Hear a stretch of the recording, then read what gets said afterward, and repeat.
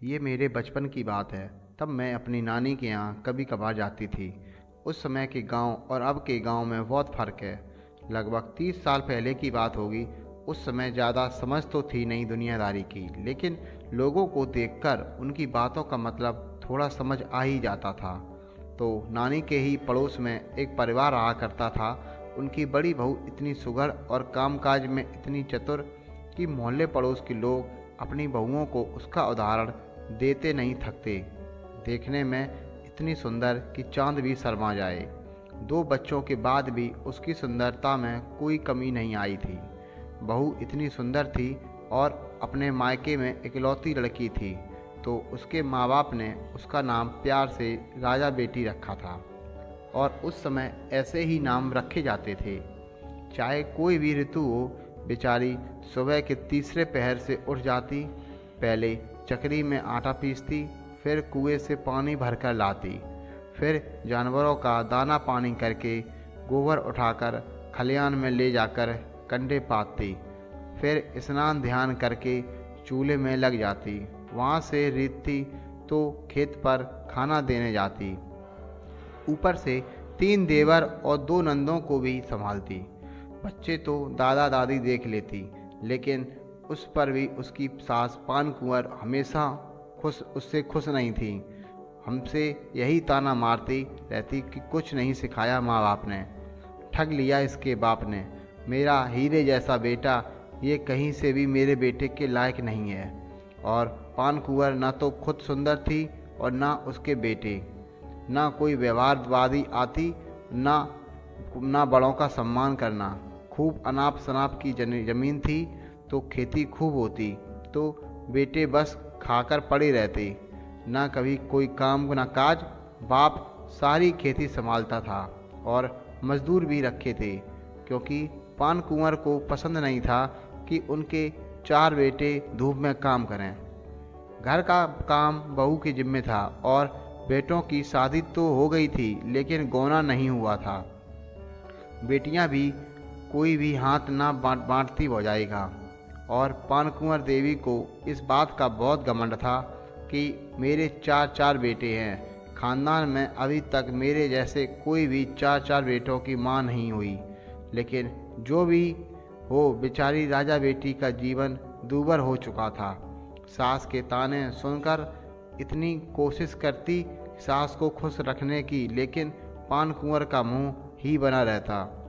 राजा बेटी के द्वार से कोई साधु भिक्षु खाली हाथ ना लौटता, लेकिन जब पान कुंवर देवी घर में होती तो मजाल है कि किसी को एक लोटा जल भी मिल जाए। राजा बेटी माँ बाप से कहती तो वे कहते, तेरा भाग्य है बेटा, ससुराल है, सब सहना पड़ता है, अब यही तेरा घर है, तेरी अर्थी भी यहीं से निकलेगी। पता नहीं मायके वाले बेटी को गलत सहने की सलाह क्यों देते हैं। बेचारी राजा बेटी 12 साल से सब सह रही थी, लेकिन चू ना करती। और कभी कभी पानकुंवर अपने बेटों से चुगली लगा देती तो राजा बेटी को बेरहमी से पीट भी दिया जाता था। लेकिन राजा बेटी ने ना कभी पति और ना कभी सास को कभी भी कुछ गलत नहीं कहा। मोहल्ले पड़ोस के लोग देखते और सुनते तो कहते कि ऐसी लक्ष्मी जैसी बहू मिली है, इसलिए कदर नहीं है। आते ही चूल्हा अलग कर लेती, तब पता चलता गूंगी बहू मिली है। बोलने वाली होती तो अब तक सबको ठिकाने लगा चुकी होती। फिर एक दिन पान कुंवर के बगल वाले घर में कुछ शोर सुनाई दिया। सब घरों से बाहर आ गए। पता चला कि उनकी बेटी ससुराल नहीं जाना चाहती, ससुराल वालों से तंग आ चुकी है। फिर भी उसे ज़बरदस्ती ससुराल भेजा जा रहा है। और सब लड़की को समझाने लगे थे कि वो ही तुम्हारा घर है, यहाँ कब तक बनी रहोगी। और लड़की चीख चीख कर कह रही थी कि वो नहीं जाएगी। कुछ देर तमाशा यूं ही चलता रहा, लेकिन उस लड़की की मदद करने सामने कोई भी नहीं आया। जब राजा बेटी से सहन ना हुआ और घूंघट ओढ़कर वो द्वार पर निकल आई, लड़की फिर चिल्लाई। अब इस बार राजा बेटी ने अपना घूंघट ऊपर किया उस लड़की का हाथ थामा और बोली, अब जिसकी हिम्मत है वो इसे ससुराल बेचकर दिखाए।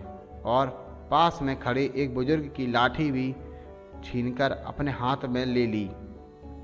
अब पानकुंवर का गुस्सा सातवें आसमान पर और बहू को धमकाने लगी, लेकिन राजा बेटी तो अब झांसी की रानी बन चुकी थी। जो लताड़ा सास को भी वो उसका मुंह ही देखते रह गई। वो बोली, अच्छा तो ठग लिया मेरे बाप ने, कुछ नहीं सिखाया मेरे बाप ने। तुमने अपने बेटों को देखा है? शुक्र करो कि मैंने शादी कर ली तुम्हारे बेटों से।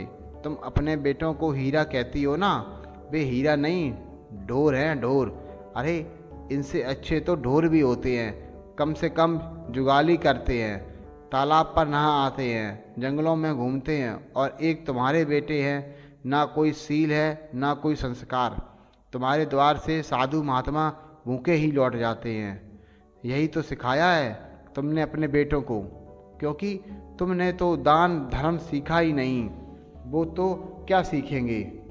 तभी राजा बेटी का पति आकर बोला, क्यों बहुत बोलने लगी है, जबान आ गई मुंह में। राजा बेटी बोली, हाँ आ गई है, मैं गूंगी थी, नहीं बना दी गई थी। जितना काम मैं तुम्हारे यहाँ करती हूँ कहीं और करती तो न जाने कितना कमा लेती, लेकिन मुझे लगता है कि ये मेरा घर है इसलिए कर रही थी। और जिसे भी जो करना है कर ले, लेकिन मैं इस लड़की को ससुराल नहीं जाने दूंगी। और राजा बेटी उस लड़की को का हाथ पकड़कर मंदिर की धर्मशाला की ओर चल पड़ी। धर्मशाला में रहने लगी, बहुत मेहनत की और कुछ इसी तरह की लड़कियों को इकट्ठा कर बांस के पंखे, सूप, डलियां बनाने लगी। फिर धीरे धीरे एक छोटा सा कुटीर उद्योग लगा लिया। सब राजा बेटी बहुत बूढ़ी हो चुकी थी, लेकिन उसका बहुत नाम है। उसने सही समय पर सही फैसला लिया और दूसरों को भी सहारा दिया। दोस्तों, आज की कहानी आपको कैसी लगी कमेंट्स बॉक्स में ज़रूर बताएं। और ऐसे ही हेल्पफुल और मोटिवेशनल कहानी के लिए चैनल को लाइक करें, शेयर करें। और अगर आप हमारे चैनल पर पहली बार आए हैं तो प्लीज़ चैनल को सब्सक्राइब जरूर करें। मिलते हैं नई कहानी में। Okay, bye.